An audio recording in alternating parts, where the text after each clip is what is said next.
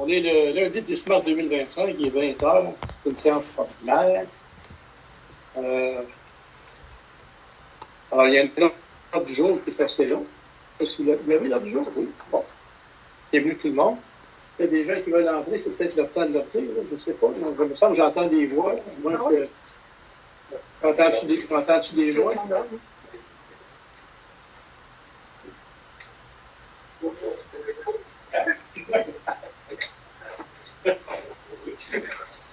Ah oui! Bonsoir. Bonsoir. Bonsoir, Marie-Lou. Ça va bien?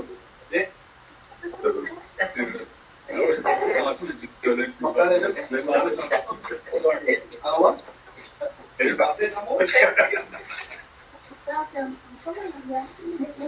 Alors, étant de l'asseoir, je vais quand même commencer à faire la lecture de l'ordre du jour pour l'adapter. Alors, 1, c'est le mot bienvenue. C'est bienvenue. 2, adoption de l'ordre du jour. 3, adoption des procès-verbaux des séances du 3 et 10 février 2025. Présentation et adoption des factures payées à payer au 28 février 2025. En 5, ce sera la correspondance. En 6, dépôt. En 7, rapport des activités du maire et suivi des dossiers des élus. En 8, questions du public. En 9, propositions du conseil. Il y en a 19. Le premier, c'est l'adoption du règlement 497.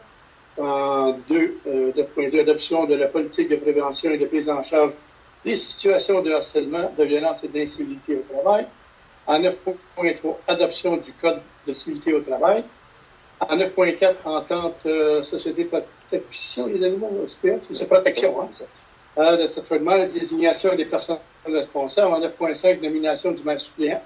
En 9.6, municipalité de Saint-Joseph de Caudrin pour le déneigement, cueillette et disposition des matières résiduelles sur une partie de la route chrétienne. Ça le bout complètement, tarif pour 2025. En 9.7, l'adhésion à la COMBEC 2025.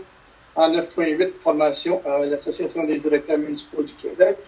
En 9.9, une demande de prêt du site patrimonial Polytrinité pour le camp musical et artistique 2025 de Bertrand. En 9.10, l'appui au projet Country versus de Bertrand. J'ai hâte d'en entendre parler.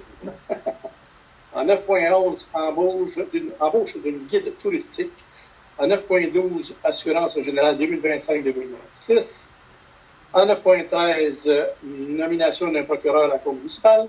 En 9.14, entente pour le directeur des poursuites criminelles et pénales pour la Cour municipale de la ville de Thetford Mines, intention de retrait. En 9.5, augmentation de la marge de crédit. En 9.16, nomination du président du comité consultatif de l'urbanisme. En 9.17, allocation des membres des personnes ressources du comité consultatif de l'urbanisme.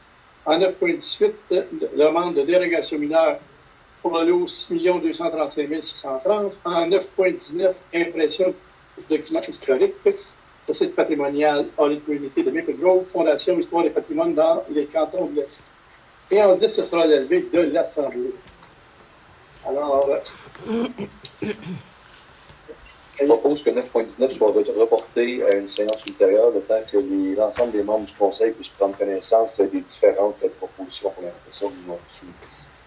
Moi, ça me va. Ça va? Oui, il n'y a pas de on voulait l'avoir pour la saison. OK. Donc, il n'y a pas d'urgence. Pas d'urgence pour ça. Les 9.19 c'est reporté. Très bien. Y a-t-il d'autres choses que vous aimeriez commenter? Ça vous va? OK. Juste mentionner, Caroline, par rapport à l'enregistrement. Oui. Oui, Ah bon? la réunion est présentement enregistrée pour être diffusée sur le site Internet là, à partir de demain. Excellent. Excellent. Alors donc, le dossier de la séance, c'est bien fait à 20 ans. Alors, il est proposé par et résolu à l'unanimité que l'ordre du jour soit adopté tel que lui et corrigé. Monsieur Jean-François Hamel.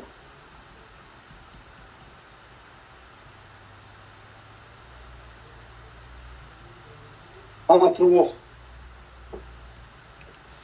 Adoption des procès-verbaux des séances des 3 et 10 février 2025.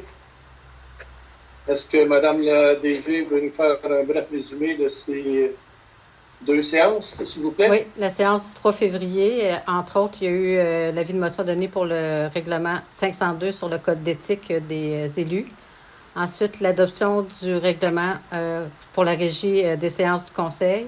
On a adopté aussi le taux d'intérêt sur les comptes passés dus pour 2025.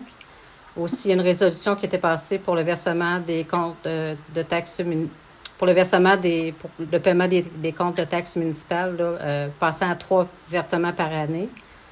Ensuite, on a payé diverses cotisations annuelles. Il y a aussi une politique, la reconduction du projet Mon eau, mon puits, ma santé également, entre autres, là, pour le 3 février. Ensuite, le 10 février, un autre jour court, c'était le dépôt du rôle de perception et de la liste des personnes endettées pour taxes. Ça fait le tour. Voilà. Ça fait le tour. Alors, il est donc proposé par, on veut bien voir, c'est ça, c'est résolu à l'unanimité que les procès-verbaux soient adaptés tels que lus et présentés. Qui en fait la proposition? Moi, je propose. Madame Aude-Fournier.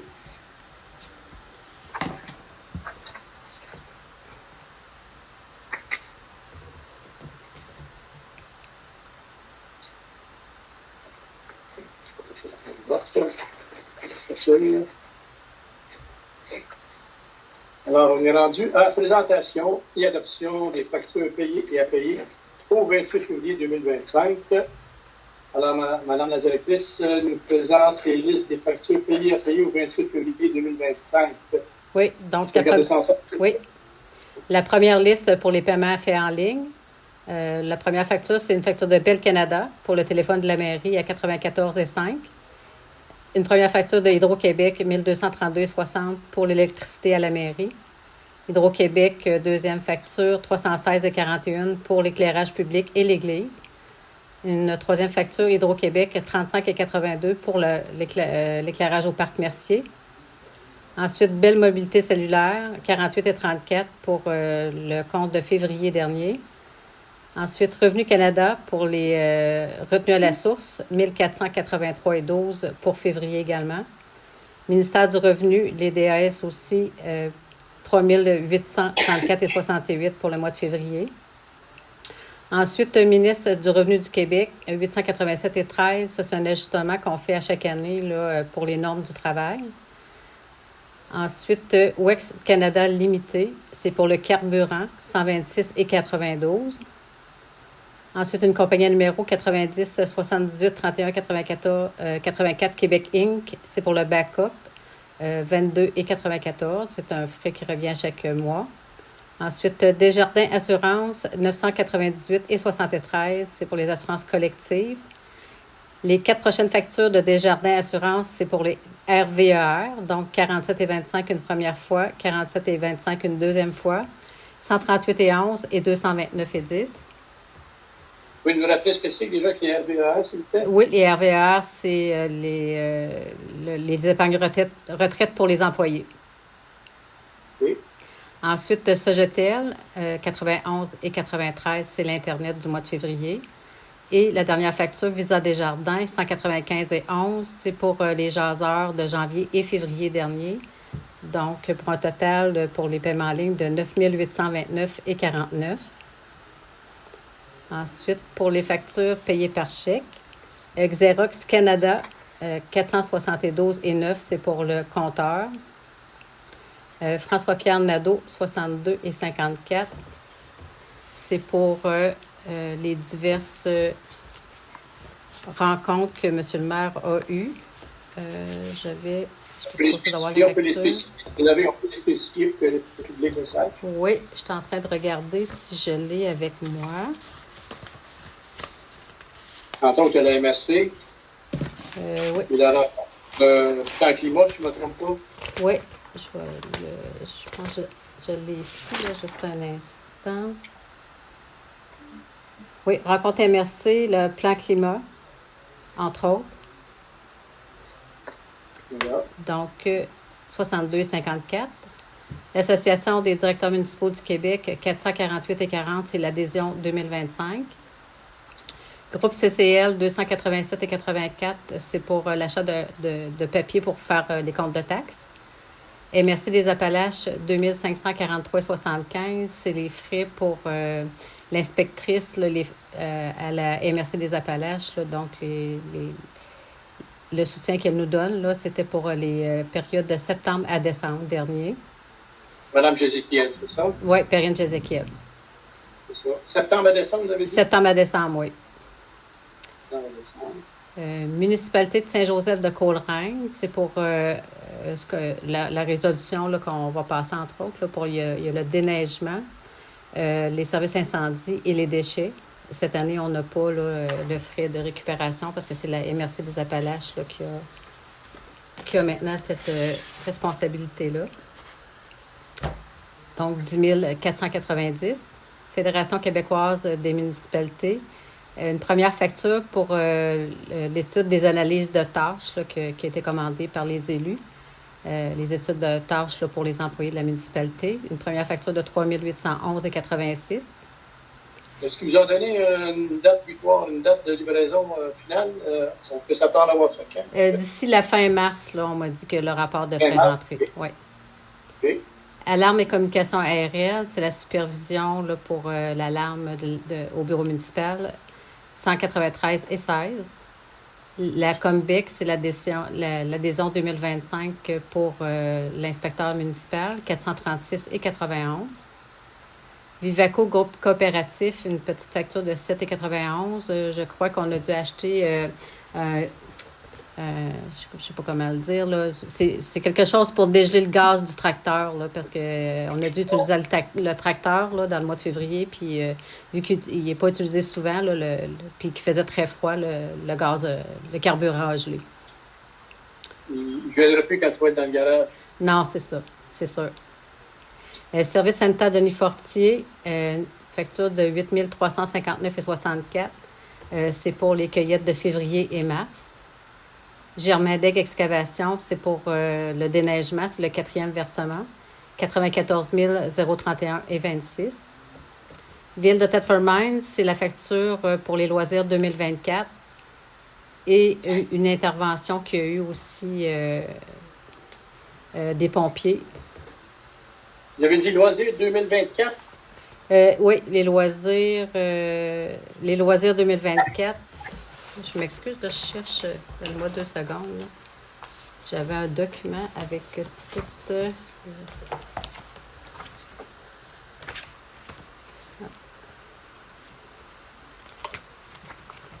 sens pas avoir le document. Et la facture de la ville de Thetford là, pour les loisirs, là, c'était de mémoire, là, c'est 12 000 quelques, ou 13 000 quelques. Là. L'intervention, c'était en bas de 1 000 là, il me semble que c'était 800 quelques. Là. Je suis désolée, je n'ai pas l'information. Mais comment ça fait que c'est 2024? Comment ça fait qu'on est en retard de même? Bien, en fait, la facture est toujours envoyée au début de l'année, début de l'année pour l'année d'avant. C'est selon les inscriptions. C'est selon les inscriptions, donc il faut qu'ils comptabilisent là, de janvier à décembre. C'est juste après l'année. C'est ça. OK, Ouais. c'est bon. Dans l'explication. Ensuite, Weblex Design, c'est l'hébergement du site Internet. C'est un frais qu'on paye annuellement, donc 2 269,20. Fonds d'information sur le territoire, c'est les mutations, 24 Régie intermunicipale de la région de Thetford, c'est pour la destruction des déchets, 6 139,97. SPCA du district électoral de Frontenac, donc c'est pour la résolution qu'on avait passée le mois dernier. Là, maintenant, on va faire partie de la SPA. Et le frais annuel, c'est calculé selon le nombre d'habitants de la municipalité, fois 2,12. Donc, pour un total de 2 264,92. Imprimerie Filion, 23 c'était pour l'épreuve là, de la brochure là, qu'on a fait faire là, pour l'Église Holy Trinity, là, dont M. Hamel a demandé là, que la résolution soit reportée.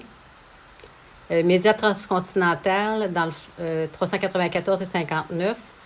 Ça, c'est pour le garage municipal. Là, on est allé en appel d'offres et l'appel d'offres doit être publié dans un journal que nous, celui qu'on a choisi, c'est le Constructo là, qui rejoint le plus d'entrepreneurs là, dans la région à travers le Québec. C'est toujours prévu pour le 18 mars, hein? Oui. OK. Cyber 3D, c'est les frais pour le Microsoft 365 et l'antivirus. Ça, c'est des frais aussi mensuels, 83,70. Marjolaine Bouffard, c'est pour l'entretien de la mairie, 125 Solmatec, c'est l'entreprise qu'on avait engagée là, pour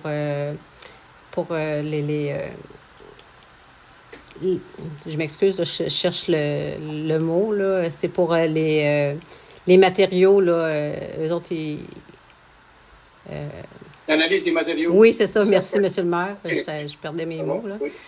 Donc, c'est leur facture jusqu'au 28 décembre qui restait, prévue dans leur contrat, donc 34 052 et 43. Axis Oui, c'est la dernière facture. Là, c'est sûr qu'ils vont en avoir une petite, quand les travaux vont reprendre, là, quelques milliers de dollars, il me semble, là, qui restaient pour c'est ça, la finition des travaux là, prévus en mai-juin, là, dès que ce sera possible. OK. Axis Consultant Inc., ça, c'est les ingénieurs qu'on a engagés pour le garage. Dans le fond, c'est les deux factures qui suivent, là. Axis Consultant et Nixo Expert, c'est les deux compagnies d'ingénieurs qui ont été engagés là, pour la construction du garage. Donc, c'est pour leurs plans finaux qu'on a présentés là, au Prasim. Donc, là, c'est l'autre la mécanique. Hein, c'est bien ça, oui. Donc, Axis Consultant pour 8 669,12 et Nixo Expert Conseil pour 1 478. Beauvais-Truchon Avocat, c'est pour le dossier de la plainte interne. Une dernière facture de 2 316,21. Ensuite, Serge Chrétien, c'est un remboursement de taxes. Monsieur Chrétien a payé par accédé et semble-t-il qu'il a payé 2 fois. Donc, on va lui rembourser le montant qu'il a payé en double.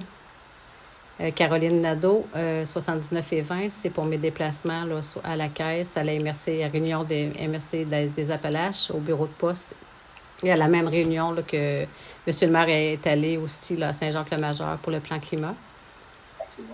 Ensuite, Bernier-Baudry-Tedford, c'est notre firme d'avocats, frais mensuels de 200 Ensuite, Méga Bureau Inc., c'est pour du papier vert qu'on utilise là, pour les jaseurs. Et on a acheté des enveloppes aussi pour les comptes de taxes 103 et 16. Et la dernière facture, FQM Assurance Incorporée, c'est pour nos assurances générales, là, pour nos bâtiments et nos véhicules automobiles. Donc, 16 094 et 97. Pour un total de 212 057 et 24. Pour un grand total là, des deux listes de factures de 221 886 et 73. Ensuite, il y a la feuille de caisse. Je l'ai ici. Donc, en caisse des jardins, en date d'aujourd'hui, du 10 mars 2025, on a 248 735 et 66. Le placement de 2200 et 67. Et un prêt à terme de 353 755 et 17. Ça fait le tour. Très bien aussi. Alors, Mme Nadeau nous a présenté les listes des factures payées et à payer. Puisque tous les membres du Conseil présents affirment avoir pris connaissance des listes des dépenses acquittées et à payer au 28 février 2025 et s'en déclarent satisfaits, je crois. Il est donc proposé par et résolu à l'unanimité d'accepter les listes des paiements effectués et d'autoriser le paiement des montants inscrits sur ces listes. Les déboursés totaux se chiffrent à, c'est bien ce qu'on a dit, 221 886 et 73. C'est bien ça. Et Mme Nadeau, la greffière trésorière, certifie que la municipalité possède les crédits nécessaires pour le paiement des factures surmentionnées. Alors, qui en fait la proposition? M. Bruno Butin.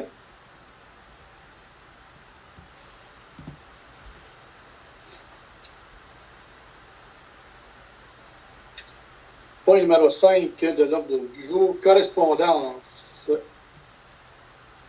Alors, il y a une lettre du 10 février 2025 adressée à Mme Geneviève Guilbeault, ministre des Transports et de la Mobilité durable. Est-ce qu'on peut connaître l'honneur de cette lettre, s'il vous plaît, Mme? Oui, bien en fait, c'est la lettre que vous avez adressée, M. le maire, à Mme Geneviève Guilbeault, Oui. Concernant des remerciements et suggestions constructives. Je ne sais pas si vous voulez la résumer ou si vous voulez que je peux la lire aussi. Là. Mais je ne l'ai pas devant moi, elle n'est pas tellement longue. Allez-y. Donc, ça va comme suit. Je vous remercie d'avoir répondu à ma demande concernant le pont Marcheterre en transmettant ma requête à la direction de Chaudière-Appalaches. En ces temps difficiles, permettez-moi de vous suggérer une approche qui fera que votre ministère pourra aider notre gouvernement et tout le Québec. Le Québec compte 1100 municipalités presque toutes rurales avec plusieurs chemins non pavés. Il vous serait alors possible, d'une part, d'assouplir le programme PIL afin que certaines routes qui ne sont pas inscrites à ce programme puissent l'être. D'autre part, des milliers de kilomètres de routes sans asphalte pourraient être gravelés à coûts relativement modestes. À titre d'exemple, dans notre municipalité, nous avons, à l'été 2024, revampé 800 des 2500 mètres du chemin Kerwin avec un peu moins de 50 000 $, donc voir photos avant et après. Bref, avec des sommes plus élevées, il est possible de remettre en état des chemins qui servent à toute la population. Ce faisant, en multipliant ces travaux par le nombre de municipalités, il générerait des milliers d'emplois tout en utilisant des matériaux tous disponibles au Québec. Ce genre d'intervention bénéficierait en peu de temps à tout le Québec et pourrait être mis rapidement en action dès 2025 et en 2026. Croyant en votre habituelle détermination, veuillez agréer, Madame la ministre, mes salutations les plus québécoises. Voilà. Ensuite, il y a une lettre du ministère des Transports et de la Mobilité durable. Il donne réponse à la lettre du 10 février 2025. Est-ce qu'on peut en connaître cet honneur, s'il vous plaît? Au nom de la vice-première ministre et ministre des Transports et de la Mobilité durable, Mme Geneviève Guilbeault, nous accusons réception de votre lettre du 10 février 2025 pour les bons remerciements et également vos suggestions constructives concernant l'assouplissement du programme PIL. Celle-ci sera portée à l'attention des autorités concernées afin qu'elles puissent en prendre connaissance dans les meilleurs délais. Voilà. Ensuite, il y a une lettre du 4 février 2025 de Mme André Leforêt, ministre des Affaires municipales, subvention Parc Mercier. Oui, c'est ça. On avait demandé une subvention pour le Parc Mercier qui s'appelait Aménagement sportif et créatif du Parc Mercier. Donc, on va recevoir une somme maximale de 17 850 $ pour la revitalisation là, du Parc Mercier. Il va y avoir l'ajout là, d'un terrain de basketball, le terrain de soccer, etc. Donc, c'est une subvention qu'on nous accorde du ministère des Affaires municipales de 17 850 $. C'est bien ça? Oui. C'est un projet qu'on avait demandé une subvention l'an dernier par un autre programme qui nous avait été refusé. Donc, la MRC des Appalaches, là, les personnes qui s'occupent des subventions avaient entré en contact avec nous pour nous suggérer d'essayer de cette voie-là. Et heureusement, là, on a eu accès à cette subvention-là. OK. Est-ce que vous avez porté de la main le budget total qu'on avait calculé pour ça? Ce projet-là, ça représente quel pourcent? Quel pourcentage? Malheureusement, je n'ai pas les documents pour ça. Là, mais habituellement, c'est des 80 % là, qui sont payés là, donc, par ces subventions-là. Bon, c'est le genre de phrase que je mets en tant que le public puisse savoir qu'on a une subvention qui approche 80 % d'un projet. Oui, on peut souligner la contribution de Ginette à ce projet-là. Oui. C'est Ginette qui l'a rédigé aussi, avec le comité famille aînée. Oui, elle avait mis beaucoup de temps dans ça, oui. Oui, elle avait mis beaucoup de temps. Peut-être qu'on pourrait transmettre la bonne nouvelle aussi. Oui, je vais le faire. OK. Ensuite, il y a une correspondance de Mme Geneviève Claver-Roy pour une aide financière de la MRC des Appalaches. Oui, c'est ça. Qu'est-ce que c'est? On avait demandé une petite aide financière. Là, c'est 500 $. Là, c'est pour l'inauguration là, de l'étang Stater suite aux améliorations qu'on a faites là, en majorité en 2024. Donc, il va y avoir une date là, qui va être indiquée. Là. Je crois que c'est au mois de mai, à la fin mai. Ça va être 25 mai. Donc, ça va être publié là, dans notre jazzeur et ça va être une belle activité. Excellent. Alors, c'était la correspondance. Maintenant, en item 6, dépôt. Une demande de dérogation mineure de Mme Catherine Lemay, accompagnée du rapport du comité consultatif d'urbanisme. Oui, donc ce soir, je crois que vous avez les documents en votre possession.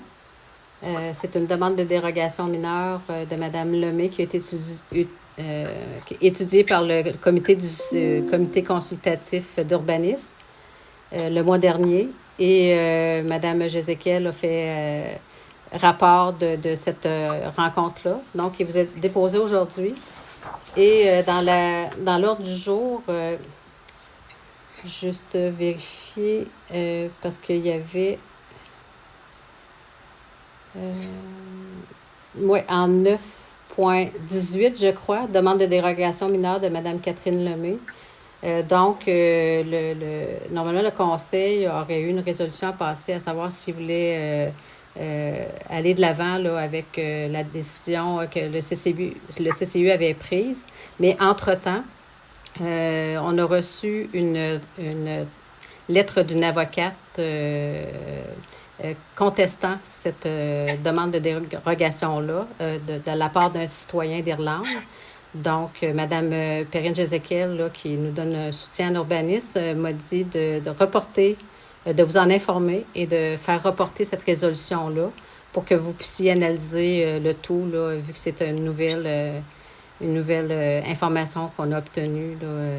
Maître Danfous avait jusqu'à une date précise et l'a déposé à la date vraiment à la dernière minute. Donc, ça aurait été impossible là, pour les élus de faire une rencontre là, dans si peu de temps pour prendre une décision. Donc, la demande de Mme Lemay était pour une piscine. Donc, comme on est dans un temps où est-ce qu'elle ne peut pas l'utiliser de toute façon, Mme Jézéchiel nous a dit que ça pouvait se retarder au mois d'avril là, facilement là, pour que vous puissiez étudier le tout là, en comité là, durant le mois de mars. Donc, je demanderai que le point 9.18, demande de dérogation mineure, Mme Catherine Lemay, soit reporté en avril. Bon, on peut peut-être faire une décision tout de suite. On est d'accord avec l'idée, étant donné que c'était contesté par lettre, une lettre, un coup de lettre. Oui, c'est une lettre. C'est une lettre, là, donc je ne dévoilerai pas le nom du citoyen qui a demandé cette constatation. Mais c'est ça m'a été envoyé par courriel. Là, elle avait jusqu'au 6 de mars, 16 heures, et on l'a reçu le 6 de mars, là, genre à 2 heures, je crois, là, 2h, 2h30. Là, donc, Alors, je pense que le Conseil va être d'accord qu'on prenne le temps de réfléchir à ça. On va le reporter, mais si vous me permettez, en contrepartie, c'est parce que c'est comme nous voit mes oreilles, on peut contester une demande de dérogation mineure avant même que la dérogation soit portée à l'attention du Conseil. Oui. C'est le bout que je comprends pas, là. Ben, dans le fond... Conseil doit prendre connaissance des conclusions du rapport du comité consultatif en urbanisme. Après ça, se faire une idée. Je comprends que si on veut le contester, il ne faut pas que la municipalité ait adopté la résolution. Non. Mais comment se fait-il que tout à coup, une citoyen a une information de caractère privilégié? Ça fait partie de la démarche de s'enquérir de ce que les voisins, les autres veulent savoir ou pas? Mais qu'est-ce qui amène à cette contestation-là? Oui. Lorsqu'il y a une demande de dérogation mineure de déposer, la municipalité se doit de faire un avis public. Donc, qui est affiché là, à l'extérieur de la mairie, dans notre petit cadre, là, où est-ce qu'on peut afficher des choses. Et c'est mis sur le site de la municipalité aussi, sur le site Internet. Donc, je l'ai avec moi, là, je peux vous le lire. Là. Avis public est par les présentes données par la sous-signée, Mme Caroline Nadeau, directrice générale greffière trésorière de ladite municipalité, que lors de la séance ordinaire du Conseil de la municipalité d'Irlande, qui se tiendra le lundi 10 mars à 20h à l'Hôtel de Ville, là, on donne l'adresse. Les membres du Conseil statueront sur la demande de dérogation mineure suivante. Là, on donne le lot, 6 235 630 au 159 route d'Énigme. On indique aussi la nature et effet de la demande. Cette demande vise à autoriser l'implantation d'une piscine en cours avant, à 15 mètres de l'entrée du chemin privé. Cette demande déroge au règlement de zonage numéro 339, article 10.2.1, qui fixe la norme à 60 mètres minimum entre l'emprise du chemin et l'implantation de la piscine. Et où est-ce que ça va répondre à votre question? Là, toute personne intéressée peut signifier son désaccord ou ses observations par écrit avant le 6 de mars 2025, 16 heures, à la municipalité qui en tiendra compte dans son analyse avant de prendre une décision. Donc, cet avis public-là a été préparé là, par Mme Jézéquel, là, donc, suivant le code municipal. Là. Cet avis public-là doit être, comme je vous dis, publié, là, ce qui a été fait à la mairie et sur notre site Internet. Donc, c'est pour ça que le citoyen a eu connaissance de ça. En bref, tu es conforme à la loi. Oui. Voilà. OK. Alors, on va reporter. C'est bon, on va reporter, mais une sous-question, c'est que on a combien de temps, nous, la municipalité, pour être capable de surseoir à cette demande de dérogation mineure-là? Madame Jézéquel ne me l'a pas indiqué, mais ce qu'elle m'a indiqué, c'est qu'on est en droit là, de la remettre certainement en avril là, à la prochaine séance du conseil pour que le conseil puisse en prendre connaissance et prendre une décision éclairée là, avant la réunion du mois d'avril. Mais ma question, c'est au-delà du fait que quelqu'un s'oppose à une demande de dérogation mineure, il doit avoir un motif de s'opposer à cette dérogation mineure-là. Est-ce que ça va nous être transmis, ce motif de contestation? Oui, vous allez l'avoir. Okay. Là, c'est juste que je ne vous l'ai pas transmis là, pour l'instant parce que c'était frais. Là. Je voulais vous indiquer aussi le pourquoi là, que ça sera reporté. Vous avez le dépôt là, des documents ce soir, là, la demande de dérogation avec le rapport de Mme Jézéquel et la lettre de maître d'Anfous va vous être transmise aussi. Et ça vous permettra d'avoir l'ensemble du dossier pour prendre la meilleure décision éclairée. Là. Donc, c'est ça. Parfait. Ça répond à mes questions. Merci. Oui. Ça va? Oui. Alors, dépôt sur le texte.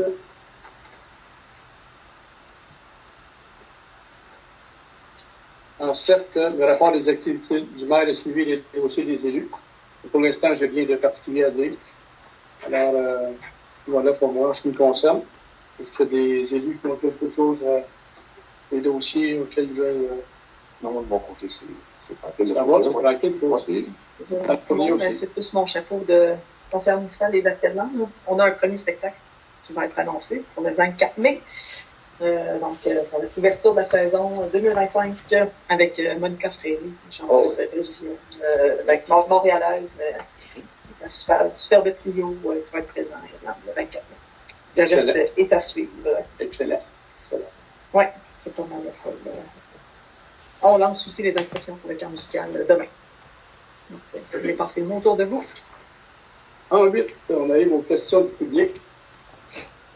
Permettez-moi quand même, juste avant que la première question soit posée, de vous faire la lecture de quelques passages du règlement numéro 499, qui intitule « Règlement sur la régie interne des séances du conseil municipal de la municipalité d'Irlande », qui est adopté par le 3 février 2025. Entre autres choses, chaque intervenant, article 20, chaque intervenant bénéficie d'une période maximum de 5 minutes pour poser une question et une sous-question, après quoi le président de la séance peut mettre fin à cette intervention. Article 21, le membre du conseil à qui la question a été adressée peut soit y répondre immédiatement, soit y répondre à une assemblée subséquente ou y répondre par écrit. Il y a d'autres choses que je pourrais rajouter, mais pour l'instant, c'est ce que je voulais que le monde sache, parce que la dernière fois, on n'a pas tenu compte de cet article-là de l'examen municipal qui a été adapté en bonne et due forme. Alors, si vous avez des questions, il faut simplement s'en tenir à la réglementation. À vous la parole. Allez-y, Mme Marino. J'en ai quelques-uns. Là, vous avez une question et une sous-question. Hein. Voulez-vous que je vous lise l'article? J'ai juste le droit à une question. Je vais vous la lire à voix haute. Chaque intervenant bénéficie d'une période maximum de 5 minutes pour poser une question et une sous-question, après quoi le président de la séance peut mettre fin à cette intervention. Et je peux y répondre, moi ou un élu, soit immédiatement, soit une assemblée subséquente ou par écrit. Tout tel quel. Donc, j'ai 5 minutes, je ne vais pas faire un commentaire. Je vais vous avouer que je me sens un petit peu muselée là, en ce moment. Je ne m'attendais pas à ça ce soir, surtout que plus tôt, vous savez, M. le maire, puis je suis ici parce que la dernière fois, on s'est parlé, d'ailleurs, je suis de retour. Ma première question, j'aimerais savoir si je vois que vous êtes en séance réduite. J'aimerais savoir comment ça se passe depuis le mois passé. Puis je prépare, donc ça c'est ma question, je prépare ma sous-question et je suis aussi aujourd'hui ici parce qu'il y avait un commentaire de Mme Fournier la dernière fois qui m'a un petit peu préoccupée. Je vous laisse répondre à ma question, puis je poserai ma sous-question. Bien, pour vous dire que ça a bien été, ça a bien été, il n'y a pas eu aucun conflit, c'est ça que je voulais savoir. Et d'autre part, Madame la directrice nous a fait parvenir un courriel nous disant que nous aurons tous, c'est-à-dire tous les élus, ainsi que la directrice, une formation à suivre concernant... C'est l'éthique, Madame? Oui, le code d'éthique.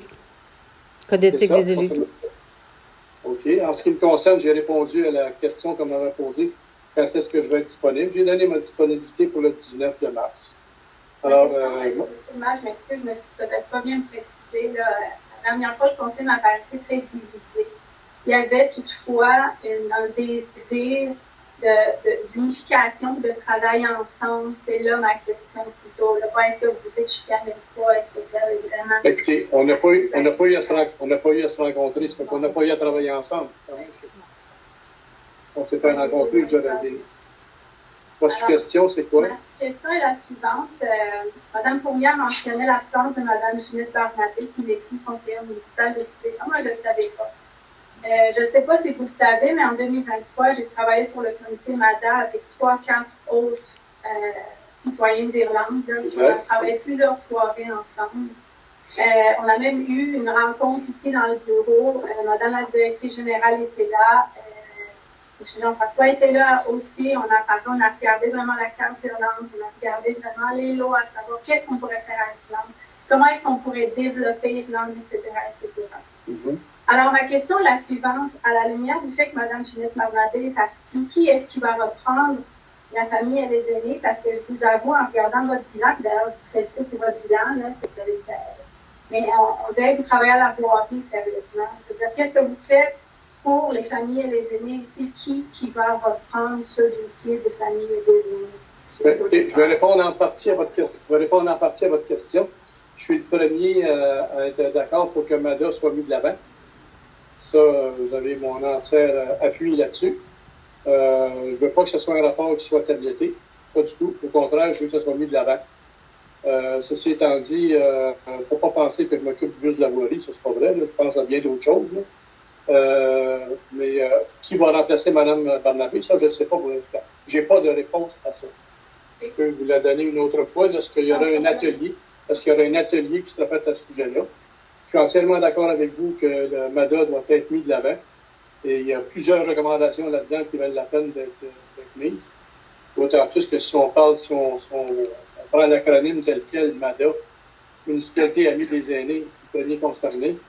Alors, la famille est aînée, le MADA est... Bon, oui, d'accord, je sais bien, mais j'essaie de mettre une touche d'humour, si vous permettez. Là, hein? Alors, je vous donne une partie de la réponse ce soir, parce que je n'ai pas l'autre partie.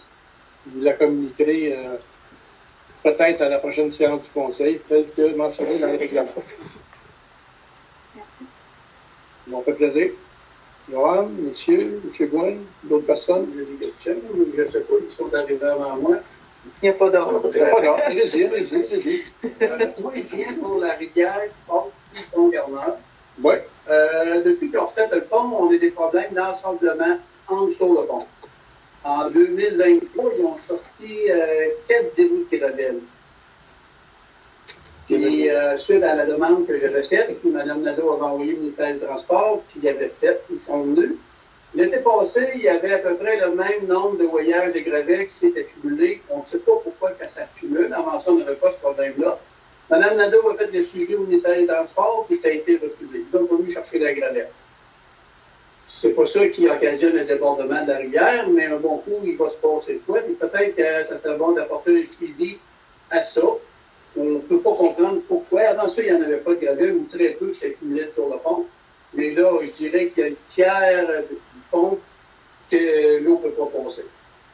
Je peux le voir pour les îles, il y a trop de glace et je ne peux pas me rendre là, je ne vais pas me faire mal non plus. Puis la rivière est pleine de gravettes. La question est... Au pont Gardner, pas la Via La Rochelle ici. Le pont Gardner, c'est Mme Nadeau. Celui qu'on fait en 2021. Exactement. OK. Il y a une terre en bas. Oui. Puis la rivière est pleine de gravette. Là, on est dans les démarches avec la MRC. Là, on est rendu avec Gestizone dans les demandes de caractérisation.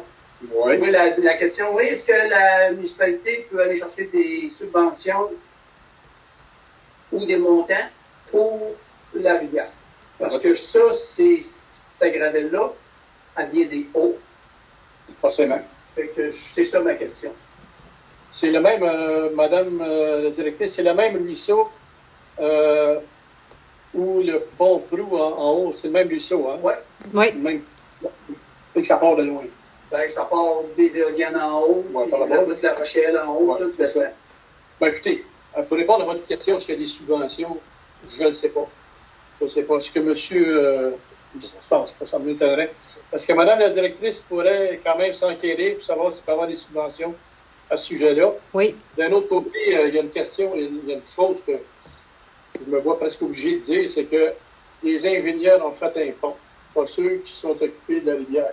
Ça, je n'accuserai pas personne, là, mais ça arrive souvent parce que je pense que dans le cas du pont d'Hénin, Gouin, pardon, le pont Gouin, il y a un problème similaire, puis le pont a été fait en 2015. Alors là, je pense que ça devient récurrent dans notre municipalité. Mais je veux dire, je pense que au niveau de l'ensemblement, oui. Du pont ou au niveau de la rivière? L'ensemblement. Okay. L'ensemblement. L'ensemblement. Ça commence à être un problème récurrent dans notre municipalité. Mais je pense que... On est à un pied, là. Je veux dire, du côté de Madame, du côté du village de Saint-Ferdinand, si on se met sous le pont, il y a... Je dis le tiers, là, mais je suis généreux. Je dirais peut-être la moitié du pont, là, qu'on est à peut-être un pied en dessous des pieds. Ah oui, à ce point-là. Ah oui. Quand la fonte sera faite, là, ça vaut la peine peut-être que quelqu'un fasse voir ça. Ben, au moment de la fonte, surtout, prendre des photos, quelque chose comme ça. J'ai envoyé des photos, Mme Nadeau les avait eues, puis elle a envoyé au ministère des Transports. Quand ils sont venus cet été, ils ont posé la demande de venir passer puis de ramasser ça. Parce que là, 2 ans, 2023, ils ont amené un genre de petit traiteur, là, un petit bucket avec des lights, puis il y avait une pelle sur le pont. Ils allaient forcer ça en dessous, ils cassaient ça, puis la pelle ramassée, ils mettaient 2 tirés. En 2023. En 2023. Ils sont pas venus. Ils sont pas revenus. Est-ce que ça pourrait être lié au ministère de l'Environnement, Madame la directrice? Parce que souvent, quand on creuse dans une rivière, le ministère de l'Environnement met son nez là-dedans. Pourrait-tu que ce soit ça aussi? Pour que j'ai fait de démarche, moi là, j'ai commencé en août 2023. Okay. M. Gagnon est venu. M. Gagnon m'a référé à l'environnement. L'environnement m'a référé à la MRC parce qu'on dit qu'eux montaient les dossiers. Je ne veux pas dépasser mon 5 minutes, je vais essayer d'être rapide. Après ça, j'ai téléphoné, je sais pas, je ne suis pas occupé des conseils me donnent. Puis, suite à ça, j'ai téléphoné à la MRC, j'ai parlé à Mme Turgeon. Mme Turgeon m'a demandé des photos de la rivière, j'ai envoyé des photos, puis elle m'a dit que s'il y avait besoin, m'enverrait quelqu'un terrain. Là, Mme Caroline Gay est venue voir. Elle a dit que oui, il y avait probablement il fallait que ça soit évidé. Après ça, elle a demandé des archives à Mme Nadeau ici. Mme Nadeau lui a envoyé les archives. Ils ont étudié ça. Puis là, il était pour soumettre une demande à l'environnement, mais à la dernière minute, on a aperçu qu'il y avait des milieux humides. Fait que là, ils nous ont demandé une demande de caractérisation pour voir, c'est pas juste, là, mais en tout cas. Puis là, moi, j'ai fait une demande à Gestizone. Gestizone m'ont rappelé pour me dire que donc c'était perdu d'avance, qu'on ne pouvait pas faire une demande de caractérisation quand on arrivait à un milieu humide. Là, suite à ça, au mois de janvier, la MRC m'a rappelé pour me dire qu'il ferait une rencontre avec l'environnement. Janvier 2025? 2025. Puis là, j'ai eu une réponse, je suis venu venir au mois de février, j'ai eu la réponse le matin même, qu'il y aurait une possibilité de creuser la rivière dépendamment où les milieux humides finissent. Fait que là, ça demande une demande de caractérisation qui coûte 3 600 $ pour planter des piquets. Fait que là, on est rendu là. Fait que là, je sais que le problème est chez nous, mais moi, je dis, oui, le problème est chez nous, mais ça vient des hauts. Fait que je me dis, ça ne marche pas. Juste à moi à assumer la facture. Je vais être bien franc avec vous à soir, je n'ai pas de réponse technique. Je voulais pas chercher de réponse à soir. En début de séance, on m'a dit que la séance était bel et bien enregistrée. Alors, tout ce qu'on dit est enregistré, ça fait qu'on va prendre en note, effectivement, ce qui vient d'être dit à propos de ça, puis on va voir ce qu'on peut faire dans le futur. Mais comme vous pouvez voir, le ministère de l'Environnement, le ministère des Transports, la MRC, ça fait bien du monde à jongler avec. Non, je peux pas. Je ne viens pas avec des gros points. Là. Non, j'ai parfaitement compris votre problème. Parce que là, on est rendu un problème. Puis là, c'est rendu que la rivière sort de plus en plus haut. Ouais. Je ne sais pas tantôt. C'est-tu le pont? Je ne sais pas. Puis en plus, quand ils ont fait le pont, ils ont grossi les assises. Pas plus haut, mais les vives en dessous sont plus grosses. Est-ce que ça menace les infrastructures municipales? Parce que nous, c'est ça qui va déterminer si on peut payer ou non. Est-ce que c'est... ce qui va se passer au niveau du chemin, bon coup, là. Parce que anciennement, en 2019, ça a bouché, là. Puis moi, j'arrivais sur ma fille. C'est ma fille qui reste là, ça a bouché. Puis ça passait par-dessus le pont, bon coup. Il est bien cherché, mais de la glace, c'est de la glace. Oui. Écoutez, je vous remercie d'avoir fait part de votre problème, qui est aussi notre problème.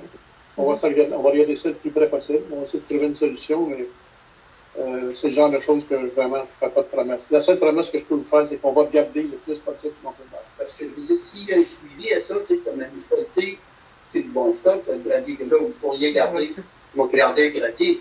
On va y voir. Merci de votre intervention. Joanne? Est-ce que ça peut être considéré parce que c'est en lien avec ça pour une question? Parce que sinon, je ne sais pas mon c'est un commentaire, oui, c'est ça. Alors, mais là, on ne sera pas non plus. Est-ce que c'est possible de faire un comité sociétal citoyen avec des élus par rapport à ce dossier, justement, d'entretien, d'aménagement? Ça fait 20 ans. 50 ans, je pense, que c'est un enjeu à Irlande. Il y a eu des études de Roger Roll. À l'UPA, c'est un enjeu. Gros bec, on en parle. On a été vraiment barré il y a plusieurs années par le ministère de l'Environnement. Et là, on ne sait plus où aller. On ne sait plus dans quel endroit. Mais on vit avec le problème au quotidien. Est-ce que c'est possible de faire avec la municipalité, l'UPA, des MRC, on est tout le temps pitché à un endroit ou l'autre? Puis savoir quel poste, avoir une consultation avec des citoyens, un groupe de citoyens qui, justement... C'est sûr que si vous êtes seul dans votre coin, vous n'avez pas grand-chose. Mais attendez, laissez-moi quand même répondre à madame. Laissez-moi répondre à madame quand même, une chance. C'est sûr que tout seul, tu ne peux pas faire grand-chose. Les gens ont le droit de se réunir, de se rassembler, d'aller chercher des appuis, pour être capable de faire bouger le gouvernement. Ça, c'est sûr.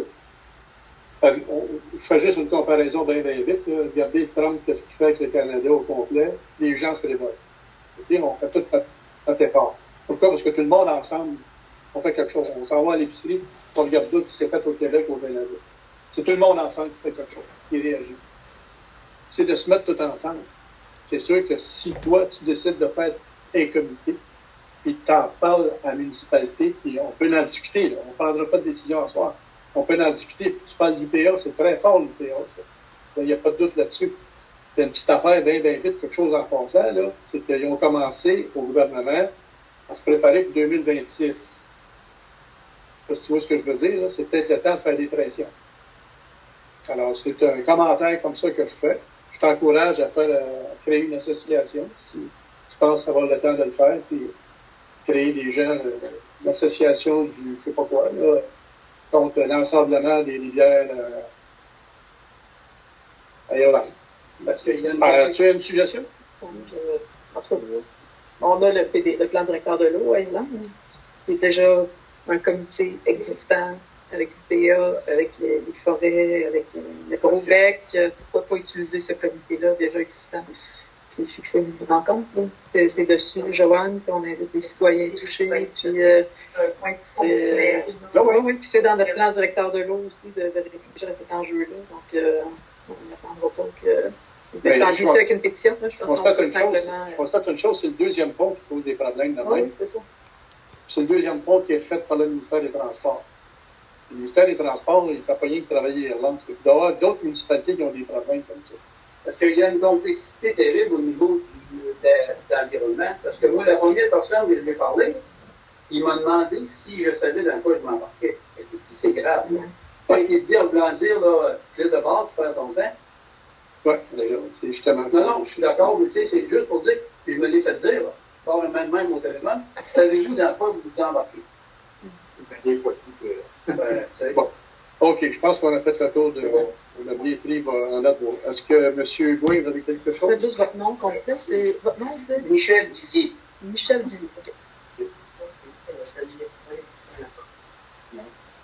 Oui. Est-ce que vous êtes partant de la madame, la jeune fille qui s'occupe des chevaux?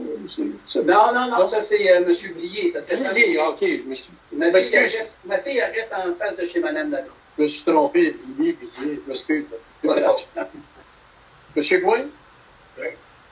Monsieur Stewart? On a entendu dans les déranges de ce dossier, 2300 pour le conflit interne. C'est quoi le montant total que ça coûte à date de municipalité, ce conflit? Madame la directrice, est-ce que vous le savez? L'enquête interne? Le coût ce que ça a coûté à la municipalité? Oui. Je m'excuse là, parce qu'à distance, là, j'entends plus ou moins bien. Oui, j'ai la réponse. En date d'aujourd'hui, ce dossier-là a coûté 26 327 $ à la municipalité. Le conflit interne, c'est il faut avoir d'autres factures pour s'en aller dans ce dossier-là aussi. C'est pas celui Ben moi, je vous répondrai que non. Le dossier, dans le fond, le dossier, il y a une décision de rendu. Les mesures ont été prises. À la dernière séance, là, il y a des mesures là, qui ont été mises en place là, et adoptées par le conseil. Donc, normalement, là, ça devrait pas avoir d'autres factures qui vont arriver dans ce dossier-là. Ça va? OK, tout le monde a eu sa chance. Non, ça c'est ta question. Okay. On pourra la poser. Est-ce que les mesures provisoires ont été adoptées au dernier conseil? Les mesures concernent la formation qu'on va avoir. Donc, ça va avoir lieu le 19.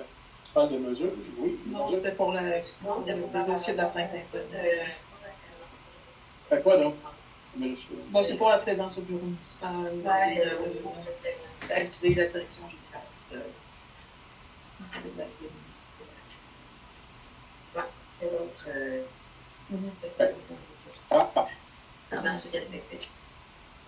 Parfait. Ça dépend? OK. Bon, on va passer au thème 8, qui était les questions du public. Les questions du public. Ensuite,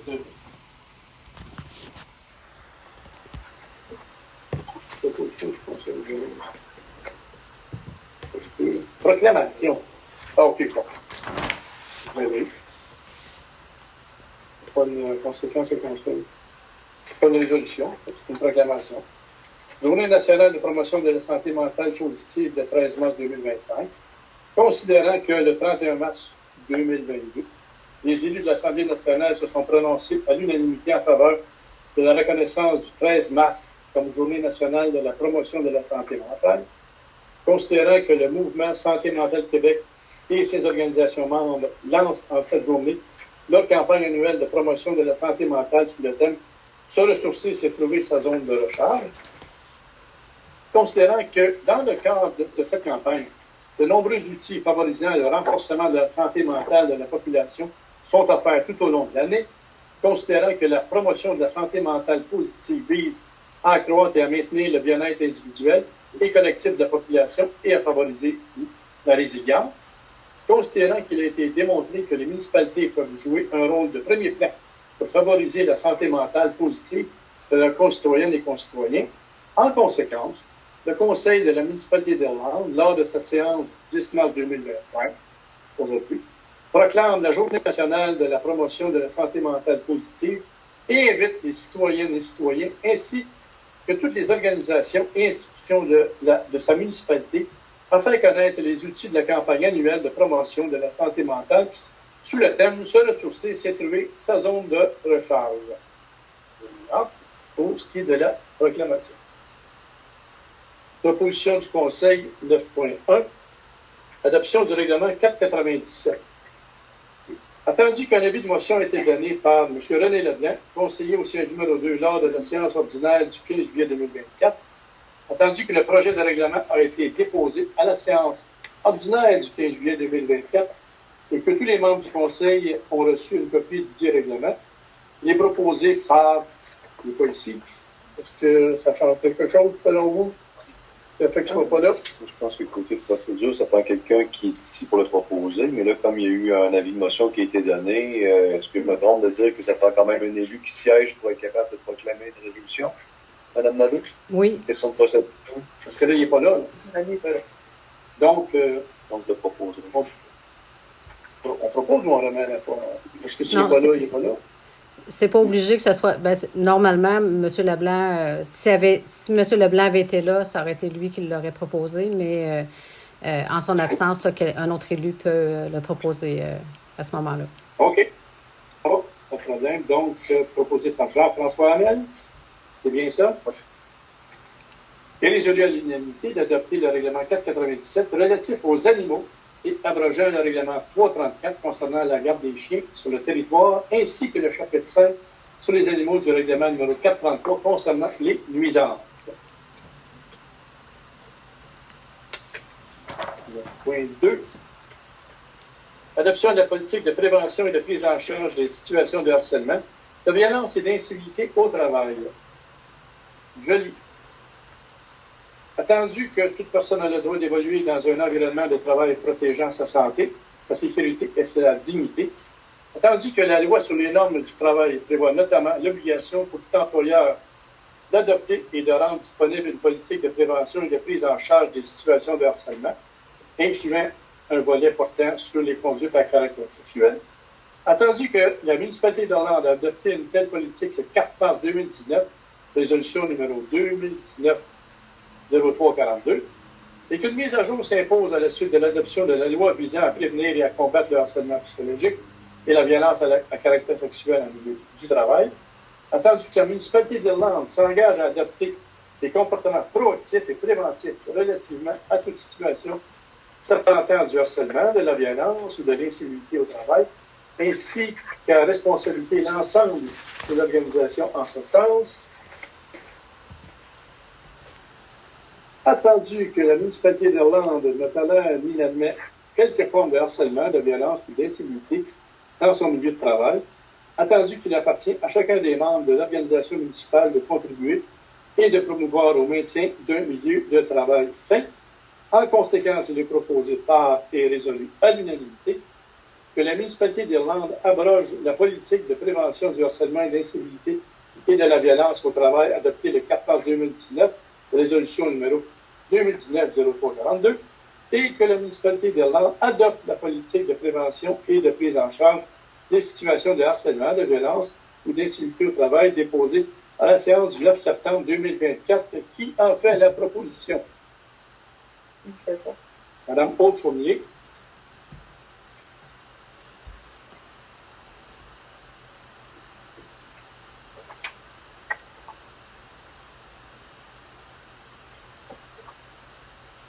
Item 9.3. Adoption du Code de civilité au travail. Attendu que le Code de civilité au travail a pour objectif d'être une référence pour orienter les relations interpersonnelles en milieu de travail, attendu que ce Code se veut un acte d'engagement de chacun de faire preuve de savoir-vivre afin de favoriser un milieu de travail respectueux, harmonieux et sain pour tous. En conséquence, il est proposé par et résolu à l'unanimité d'adopter le Code de civilité au travail déposé à la séance du 9 septembre 2024. Qui en fait la proposition? Monsieur Jean-François Hamel.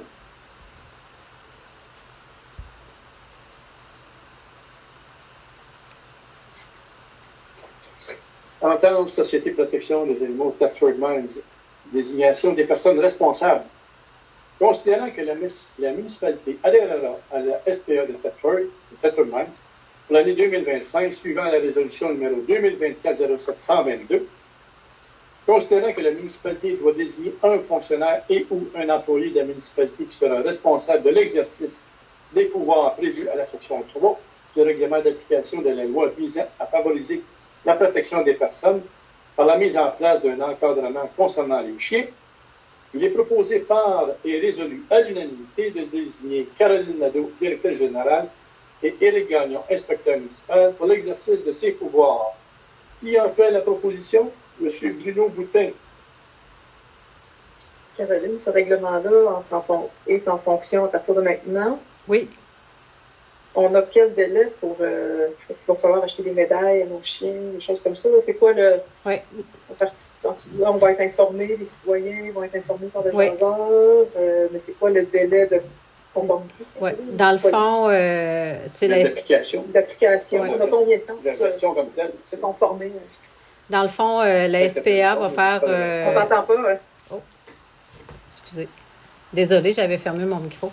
Dans le fond, la SPCA va recenser toute la municipalité. Chaque propriété va être recensée pour savoir, pour connaître si les gens ont des chiens à leur résidence. Donc, ça va être du porte-à-porte qui va être fait. Quand la SPA va être prête à commencer ce recensement-là, on va informer les citoyens. Et suite à ça, là, c'est la SPA là, qui va... suite à ça, là, qui va nous revenir là, avec les détails de comment ça va fonctionner par la suite, là, de probablement informer les gens là, qui devront là, se procurer une médaille et tout ça. Ce qu'ils nous ont dit, c'est qu'on devrait partager là, sur nos réseaux sociaux et dans notre jaseur là, quand le recensement se fera. Et d'informer surtout les citoyens qu'ils ne pourront pas acheter des médailles là, quand que la SPA va passer là, du porte-à-porte. Là, c'est pas le but là, du porte-à-porte d'acheter des médailles directement, là, mais ça va être annoncé là, quand ça pourra être fait. Est-ce que la SPA a proposé un calendrier? Ils vont faire ça en mai, juin, juillet, au courant de l'année? Nous, en fait, on leur a déjà donné les informations qu'ils demandaient là, pour qu'ils puissent faire le porte-à-porte, mais j'ai pas la réponse à savoir quand est-ce qu'ils vont commencer, mais je vais vérifier. OK, merci. La municipalité était obligée de se doter d'un règlement d'encadrement. Oui. Et il n'y a pas de toutes les municipalités. Oui, toutes les municipalités. C'est pas juste ça. Oui, c'est pour encadrer les chiens dangereux là, avec tous les incidents là, qui sont arrivés à travers le Québec là, de chiens qui ont mordu des personnes. Là. Donc, c'est un règlement obligatoire. Voilà. Et question, est-ce que si les citoyens veulent prendre les devants, est-ce que la SPA de Thetford est déjà en mesure d'accompagner quelqu'un qui voudrait se conformer au règlement tout de suite? Je serais portée à dire oui. Je serais portée à dire oui. Oui. Okay. Donc, il faut s'attendre que dans notre journal et puis dans notre site web, on dise aux gens, ceux qui veulent prendre de l'avance, ceux qui veulent... Oui, je vais valider l'information pour être certaine, là, mais je crois que ça sera possible, mais on va donner la bonne information aux citoyens là, quand j'aurai vérifié. Excellent. Nomination du maire suppléant. Il est proposé par et résolu à l'unanimité que monsieur ou madame, conseiller au siège numéro, soit nommé maire suppléant pour les 3 prochains mois et que conformément au 4e paragraphe de l'article 2010.24 de la loi sur l'organisation territoriale municipale, monsieur ou madame Intel, soit de ce fait nommé substitut du maire au conseil des maires de la MRC des Appalaches.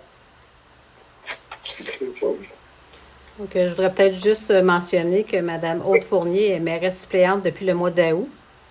Donc, je voulais mentionner ce fait-là. Je ne sais pas si Mme Fournier veut passer le chapeau à quelqu'un d'autre. C'est sûr que ça prend quelqu'un qui est présent ce soir là, à la séance du conseil. Donc, il y aurait M. Boutin et M. Hamel. Je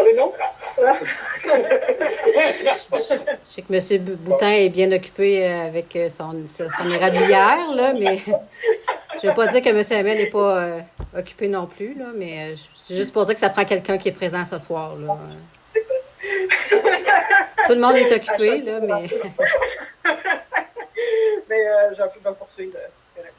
Mais c'est sûr que nous, on avait pris l'habitude de renouveler les mandats pour 3 mois, mais si Mme Fournier veut leur prendre pour 1 mois, en avril, on pourra en reparler et nommer quelqu'un d'autre si vous désirez.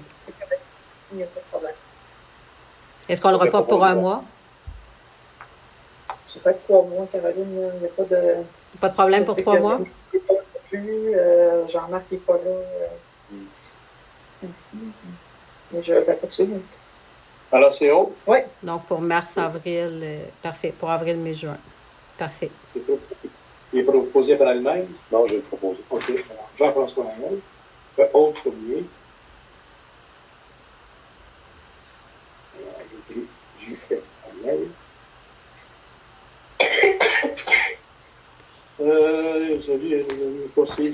Ça, c'est 6, hein? Tu vas donner main suppléant pour les 3 prochains mois. Et que conformément au paragraphe, soit, donc, autre premier. Là, on va page 9.6. Municipalité de Saint-Joseph-de-Caudrène, déneigement, cueillette et exposition des matières résiduelles sur une partie de la route critique. Ça fait l'autre bout complètement.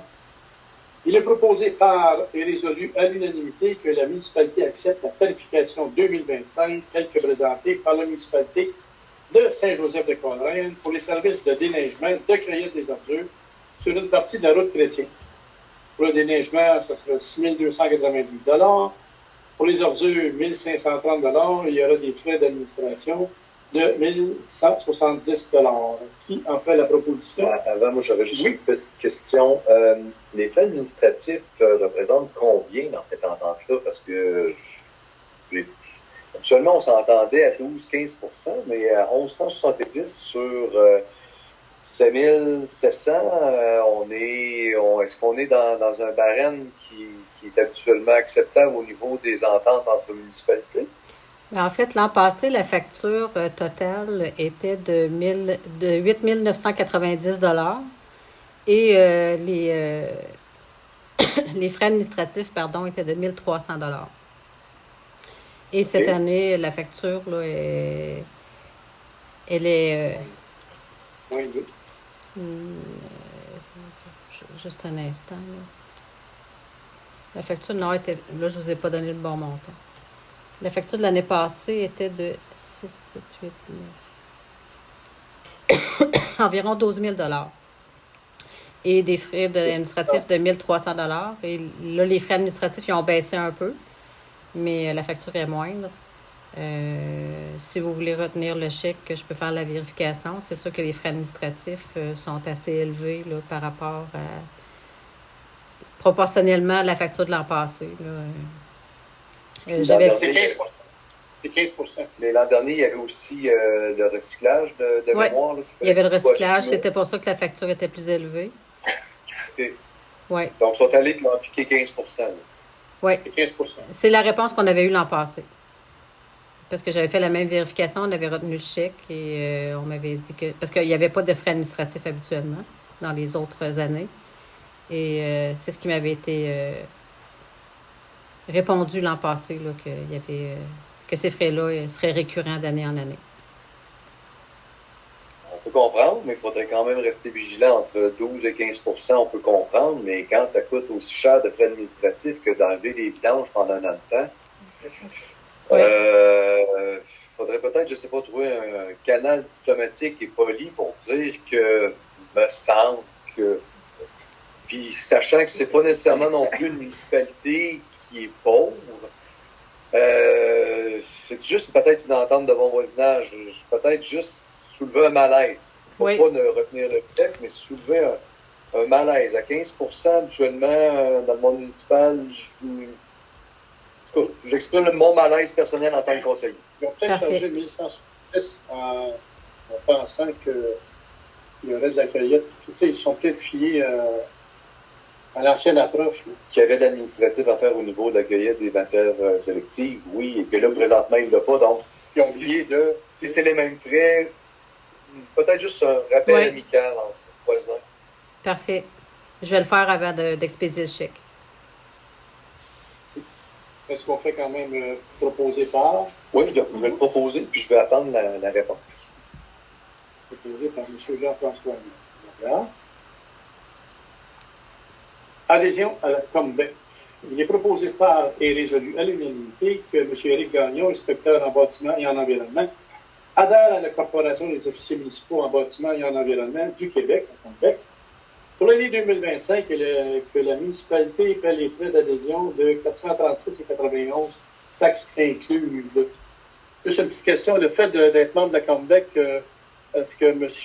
Gagnon va pouvoir cette année, est-ce que c'était en rapport avec la COMBEC l'an passé qui était supposé suivre des cours mais qui n'a pas pu...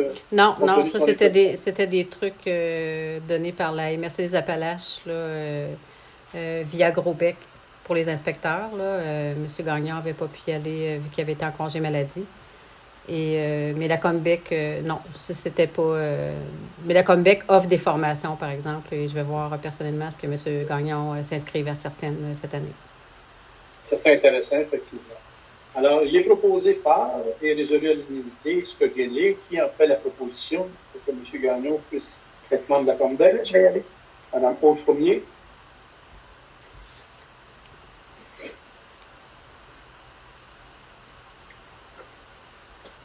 Formation ADMQ. Il est proposé par et résolu à l'unanimité d'autoriser Mme Caroline Nadeau, directrice générale, à assister aux formations sur la gestion contractuelle et soutenir le Conseil et concrétiser les orientations municipales offertes par l'Association des directeurs municipaux du Québec. Se tiendront le 16 avril 2025 à Thetford Mines. Que les tarifs, que les frais d'inscription, de 448,40 taxes incluses et les dépenses engagées soient payées par la municipalité. Qui en fait la proposition? Je propose aussi. Maud Fournier.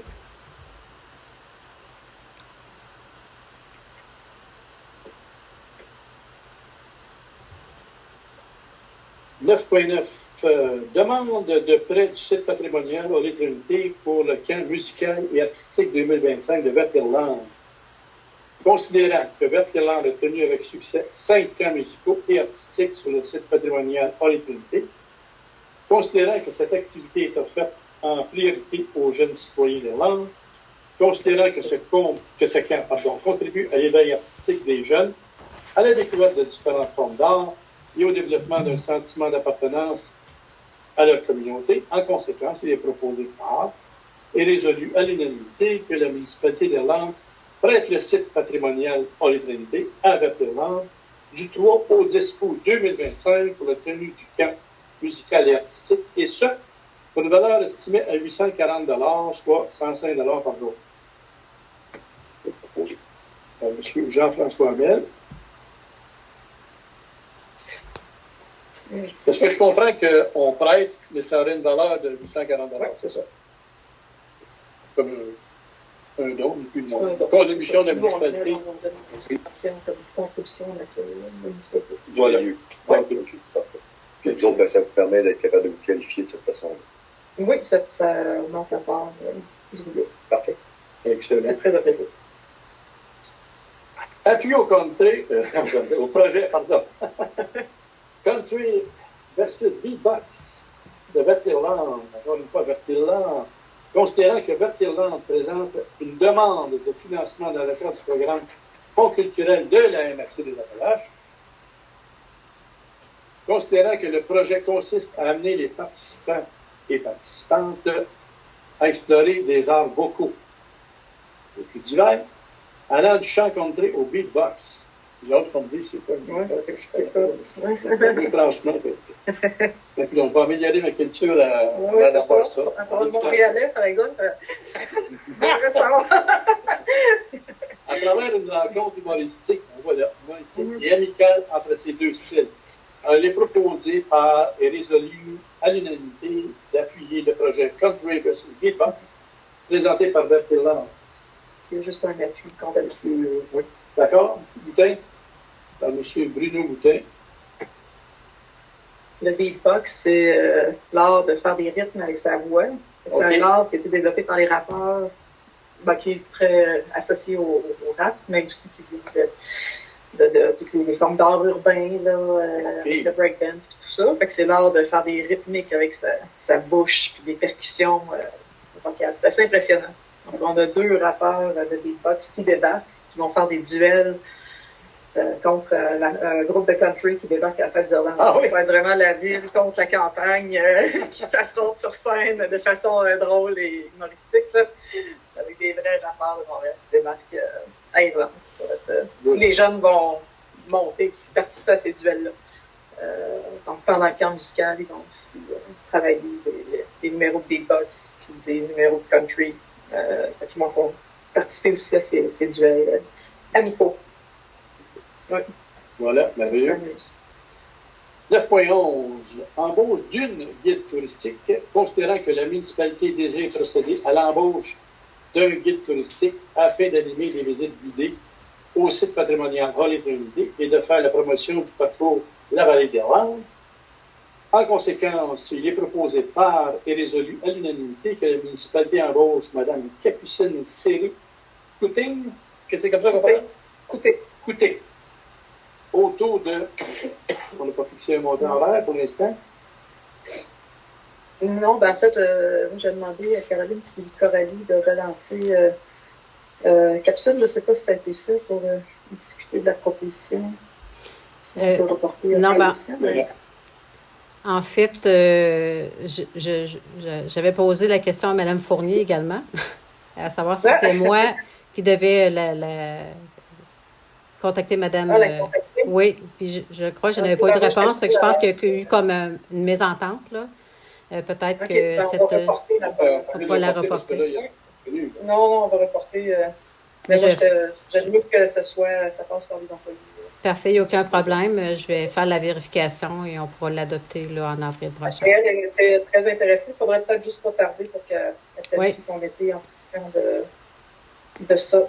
Oui, je vais... Voilà. C'est ça. Puis on avait budgété 2 000 au budget pour ça. Oui. Sachant qu'il y a une partie de ça qui était payée par les sacs qui ont été produits par notre club, qui ont été vendus. Oui, OK. Puis qui vont être en vente encore cet été. Fait que ça venait autofinancer les visites historiques de la saison. Et on se disait aussi que la vente du livre sur l'histoire d'Irlande, la revue, permettrait de générer un profit aussi, puis de financer les visites historiques. Fait que ça s'auto-finance presque. Ouais. Ben, on va quand même en discuter. Il faut quand même en discuter. Parce qu'il manque des chiffres. Bon. Alors, on passe au prochain article. Non. C'est une nouvelle... Oui. 9.12, Assurance générale 2025-2026. Il est proposé par et résolu à l'unanimité que la municipalité d'Irlande renouvelle son portefeuille d'assurance générale pour la période 01-03-2025 au 01-03-2026 auprès du Fonds d'assurance des municipalités du Québec, quatrième assurance, pour un montant total de 16 094,97 $, taxes incluses. Ça, on est assuré tous les bâtiments, les véhicules. Toutes les infrastructures, Est-ce que ça inclut l'église? Oui. OK. Oui, l'état le parc Mercier. OK. Oui. Et les bâtiments qui sont ce qu'on appelle le mitaine puis le gazebo, c'est inclus là-dedans? Oui. OK. Ça va. OK. Donc, qui en fait la proposition? On a appris qu'en lien avec le parcours pagayable, on voulait ajouter des attraits le long du parcours pagayable, notamment le cimetière méthodiste, à côté de la descente à Mossad, OK, oui. Puis là, on ne peut pas l'ajouter sur le parcours pagayable parce que la corporation du cimetière n'a pas d'assurance de 2 millions $. Donc, ils sont très rigides sur ça. Là. Tous les points d'intérêt qui sont mentionnés le long du parcours. M. Stewart, c'est toute la corporation qui le gérait, mais c'est pas propriétaire. C'est le roi Charles qui est propriétaire de ça. Il doit avoir une assurance, le roi Charles. Oui.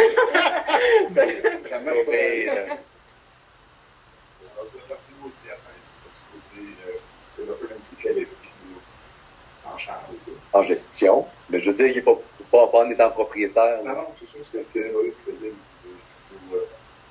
il n'y a pas de compte de rente pour lui. Okay. Mais qui est derrière ce cimetière? C'est quelle corporation? C'est... Donc, je pense pas qu'une corporation doit être... Mais c'est... au diocèse. Le terrain appartient au diocèse, au diocèse méthodiste. Okay. Pas le même que...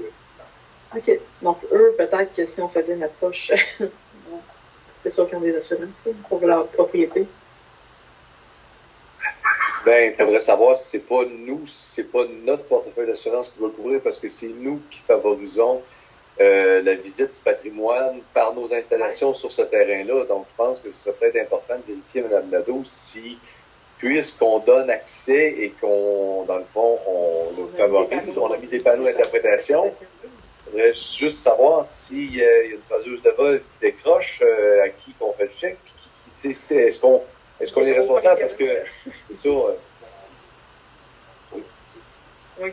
Ou la corporation, mais pas du côté de New Orleans. Okay.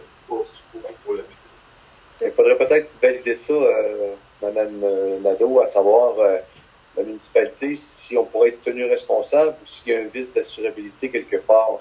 Oui. Mais je suis en train de vérifier pour d'autres terrains de la municipalité. Là, en fait, Mme Fournier est un peu au courant. Là, pour les Tanstater, là, il y a des sentiers qui passent là, sur les propriétés de M. Dupéry et de la ville de Thetford. Là, et pour qu'ils soient dans... on demande aussi que ça puisse être assurable. Là, donc, oui. Donc, je suis en pour parler avec nos assurances. Fait que j'ajouterai ce dossier-là là, du cimetière anglais là, à vérifier. Pour M. Dupéry, il fallait aussi vérifier si notre assurance pouvait couvrir une propriété qui n'est pas la nôtre. Ben, c'est la même chose. C'est ça. Mais pour le canot, aussi sur l'étang.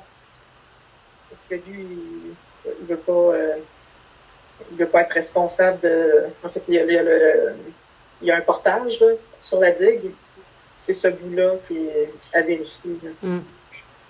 C'est indiqué sur les cartes de canot-kayak qu'il y a un portage. Donc, du moment qu'il y a un point sur un terrain, il faut que la personne soit assurée 2 millions de responsabilité. Fait que c'est ce point-là qu'il est à vérifier. Donc, je vais m'en occuper pour le cimetière aussi. Oui, c'est ça, c'est tout dans le même... Alors, le point 11, c'est M. Louis. 9.12, assurance. Non, excusez, je vais cocher. 9.13, nomination d'un procureur pour municipal. Considérant l'adhésion municipale. Je m'excuse parce que pour les assurances générales, M. le maire, il n'y a personne qui a proposé. Ou je ne l'ai pas noté, là. Je ne l'ai pas entendu. OK, pardon. Merci. Désolée. Il n'y a pas de problème. Sur le train. Considérant l'adhésion de la municipalité d'Irlande à la cour municipale de la ville de Thetford Mines, considérant que Maître Anne-Marie Lessard, Bernier-Baudry, avocat, a fait parvenir à la municipalité une offre de service professionnel en vue d'assurer sa représentation devant la cour municipale de la ville de Thetford Mines, il est proposé par et résolu à l'unanimité de nommer Maître Anne-Marie Lessard en tant que procureur à la cour municipale de la ville de Thetford Mines pour représenter la municipalité dans les dossiers judiciaires selon les tarifs compris à l'offre de service. Qui en fait la proposition? Par M. Jean-François Hamel.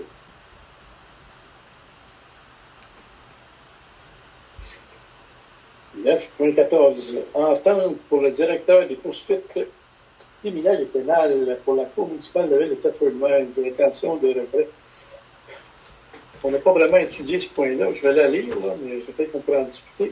Attendu l'entente signée entre le ministre de la Justice du Québec, le directeur des poursuites criminelles et pénales, et la ville de Thetford Mines, relative à la poursuite de certaines infractions pénales relevant à la Cour municipale de Thetford Mines, datée du mois de mai 2023, attendu que la municipalité d'Irlande a reçu la copie de l'entente en date du 11 février 2025, attendu que chacune des municipalités desservies par la Cour municipale,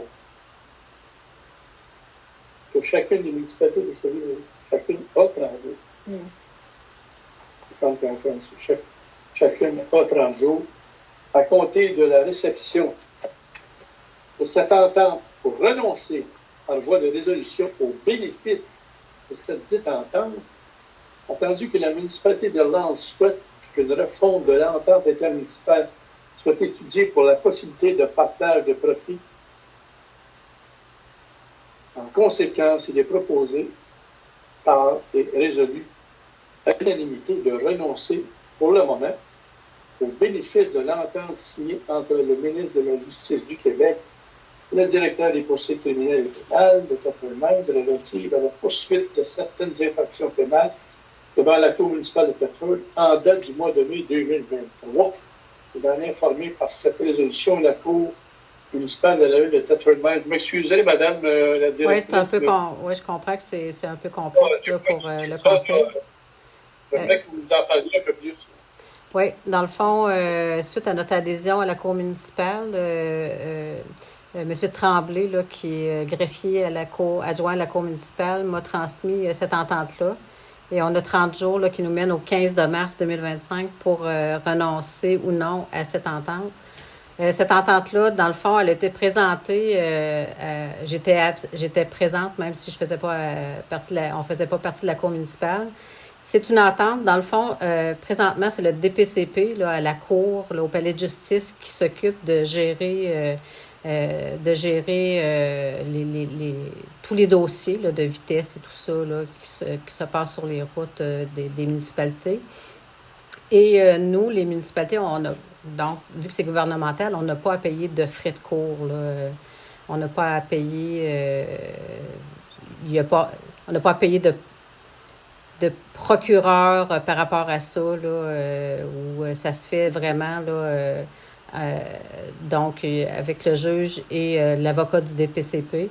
Ce que la Ville de Thetford voulait faire, c'est qu'il voulait rapatrier ça à la Cour municipale et charger des honoraires aux municipalités versus que ça ne nous coûte rien que ça se fasse au Palais de justice.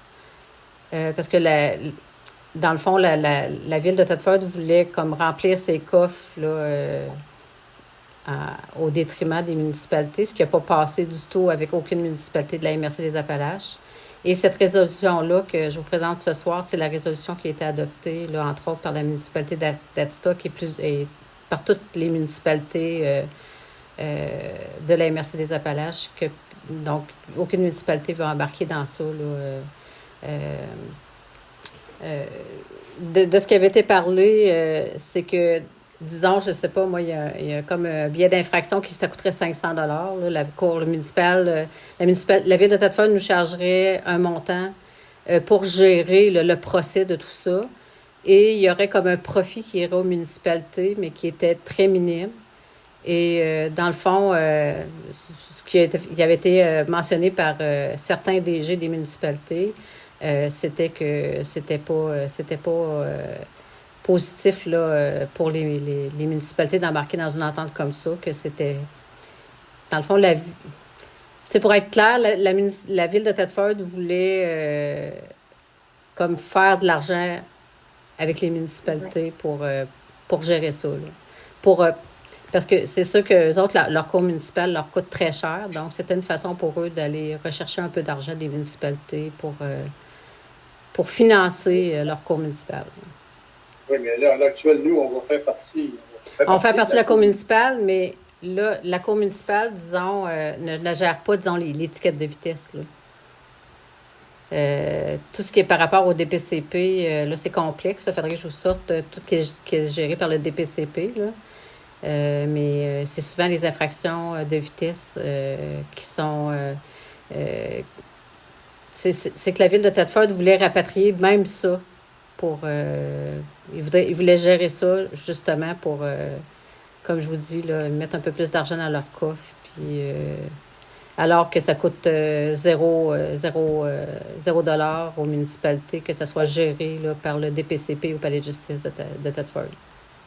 De quel droit ils peuvent faire ça sans nous consulter?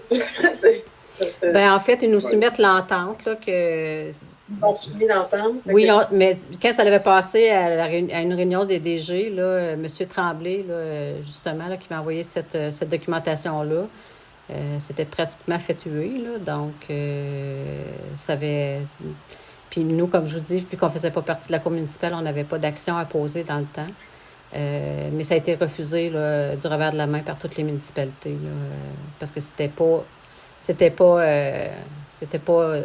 profitable là, pour les municipalités d'embarquer dans quelque chose comme ça, là, alors que c'est gratuit. Là, le gouvernement paye complètement tous les procès là, par rapport au cas de la sécurité routière. C'est la façon dont c'est écrit qui est un peu étrange. Oui, ben, à l'unanimité de renoncer aux bénéfices de l'entente signée entre le ministre. Parce que ça a été présenté comme si c'était les municipalités feraient des bénéfices avec ça, là, parce que la Ville, ce qu'ils proposait pour que les municipalités puissent embarquer là-dedans, c'est qu'ils fassent partie des bénéfices parce que les amendes, comme je vous dis, là, disons que ça serait une amende de 500 $, ben, les municipalités auraient un pourcentage sur cette amende-là qu'ils récupéreraient. Alors que là, présentement, c'est pas le cas. Là. Les municipalités récupèrent aucun pourcentage. Sauf que il y a une facture qui va au bout de ça. Là. On a des bénéfices, mais il faut payer une facture à la Ville de Thetford pour gérer ces dossiers-là. Donc, c'était pas profitable là, du tout. Là. OK. Mais je comprends que la résolution est pas... Donc, la gestion du bénéfice finissait par coûter plus cher en administration à la municipalité que de s'en tenir à l'entente qui nous lie traitement. Oui, puis c'est pour ça que c'est indiqué. De renoncer, ça nous laisse sous le couvert de l'ancienne entente. C'est ça. Fait en sorte que le gouvernement ne paye plus. Oui. Mais il faut renoncer. Il faut renoncer. C'est ça. Puis comme c'est indiqué, là, tandis que la municipalité d'Irlande souhaite qu'une refonte de l'entente intermunicipale soit étudiée pour la possibilité de partager des profits, c'est que c'était pas profitable pour nous. Donc, on demande que ça soit réétudié pour que si jamais les municipalités veulent embarquer dans ça, ben que ça soit pas avec des pertes pour les municipalités. C'est un peu comme Hermène, dont les effets secondaires sont pires que la maladie elle-même. Okay. Ouais. Parce que dans le fond, ils voulaient tout récupérer. Ils voulaient tout rapatrier là, à la Ville de Thetford, alors que c'était pas, comme je vous dis, profitable pour les municipalités. Là. OK. Fait qu'en renonçant à ça, on n'embarque pas dans ça. Ben, ça va être encore géré par le DPCP au Palais de justice, là, à coût zéro. Proposé par M. Jean-François Hamel. Autrement dit, on s'enlève une épine du pied. Oui, c'était pas... comme je vous dis, aucune municipalité embarquée dans ça. OK. Augmentation de la marge de crédit. Considérant que la marge de crédit actuelle auprès de la Caisse des Jardins du Carrefour-des-Lacs est de 75 000 $, considérant les besoins de liquidité annuelle pour assurer les dépenses courantes, considérant que le Conseil souhaite augmenter la marge de crédit à 250 000 $, il est proposé par et résolu à l'unanimité que le Conseil municipal approuve l'augmentation du montant autorisé de la marge de crédit auprès de la Caisse des Jardins du Carrefour-des-Lacs pour un montant total de 250 000 $, que Mme Caroline Nadeau, directrice générale et greffière trésorière, ainsi que M. François-Pierre Nadeau, maire, soient autorisés à signer tous les documents pour et au nom de la municipalité pour donner effet à la présente résolution. Qui en fait la proposition? Moi, j'aurais peut-être juste une question avant. C'est vrai que 250 000, ça vient de où, ce montant-là? On avait discuté. Oui, j'étais pas là, mais je veux juste entendre, c'était quand vous étiez en Nathalie? Vous avez discuté oui. Dans le fond, j'avais des documents à fournir à M. Marc Bolduc, là, qui est notre représentant à la Caisse des Jardins. Et c'est suivant le budget de la municipalité, donc les revenus de taxes que la municipalité gère. C'est calculé en pourcentage, et le pourcentage là, qui est ressorti de ça, là, c'est qu'on avait le droit à 250 000 là, maximum de marge de crédit. OK. Donc, ça nous permettait d'aller chercher le maximum selon les calculs qui sont applicables par l'institution. Oui. Ce que je comprends. Oui. C'est pas nécessairement parce qu'on est en train de dire qu'on en a besoin à très court terme. C'est vraiment juste pour dire que tant qu'à avoir la possibilité d'aller chercher cette marge-là, donnons-nous cette latitude-là, mais il n'y a pas nécessairement de besoin immédiat à la clé de l'utiliser. Bien, en fait, présentement, je vous dirais... Oui, présentement, je vous dirais que oui. Parce que vu qu'on a eu des grosses dépenses pour le chemin Gosford et que là, le projet n'est pas terminé et qu'on n'a pas, on n'est pas allé en règlement d'emprunt encore, je vous avoue que les sommes dans le compte de caisse sont plus... on a moins d'argent de disponible là, à cause de ça. Donc, à place de faire comme j'avais expliqué, à place de faire un règlement d'emprunt tout de suite, alors que le projet n'est pas terminé, de payer des intérêts assez gros là, par rapport au chemin Gosford, parce que c'est quand même un emprunt de près d'1 million de dollars qu'on va faire. Ce que j'avais proposé aux élus, c'est d'augmenter la marge de crédit pour nous aider à se rendre au règlement d'emprunt au mois de juin. Puis en même temps, ça sera là. Si on a l'utilisé, on a l'utilisé. Sinon, on ne l'utilisera pas. Mais présentement, c'est un besoin. C'est faux de dire qu'on n'en a pas de besoin. On en a de besoin présentement. Là. Et dès le mois de juin, aussitôt que le Gosford est fait, le règlement d'emprunt va tout régler. Oui, c'est ça. C'est à la place de payer des intérêts pour un règlement d'emprunt inutile. Donc, c'était pour nous aider. Puis de toute façon, c'est sûr que les taxes présentement là, rentrent. Donc, commence à rentrer. Donc, c'est sûr que le compte augmente aussi. Là. Mais c'était un besoin relatif à ça assez important là, de le faire là, tout de suite. Je propose. OK,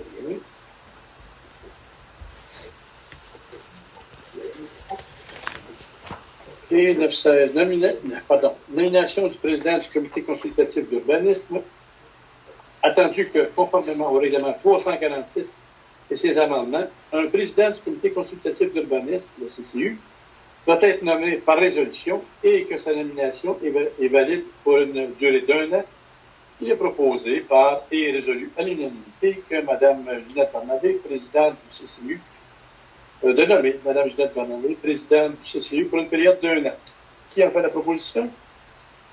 Je vais le proposer. C'est Jean-François Hamel.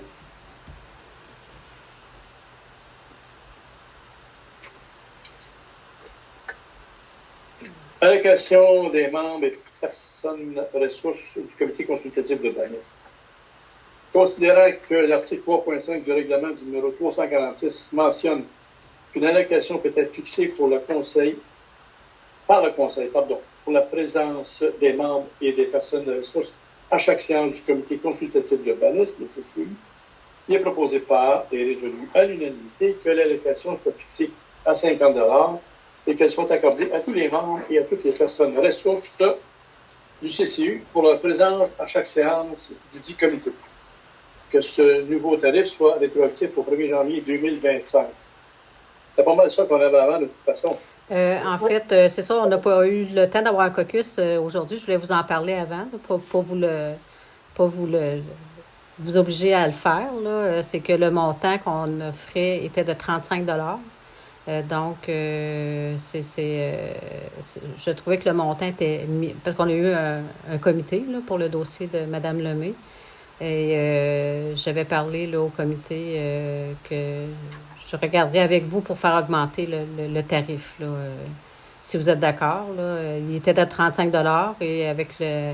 ça a été adopté... là, j'ai pas l'année, par exemple, mais ça fait une dizaine d'années. Donc, je trouvais que peut-être que le montant représentait peut-être pas ce que ça demandait là, aux membres là, pour assister. 15 $ d'augmentation après une période de 10 ans, c'est pour... Quel est le tarif pour une demande de dérogation? Par exemple, Mme Lemay, combien ça coûte pour une demande de dérogation? Écoutez, je vais vous donner juste un approximatif. Là. Il me semble que c'est 150 $ ou 160 $, quelque chose comme ça. Là. OK. Il me semble. Oui, c'est ça. Mais, ou 180, là, mais ça joue entre 150 et 200, mais j'hésite, là, mais je pourrais vous redonner le montant. Là.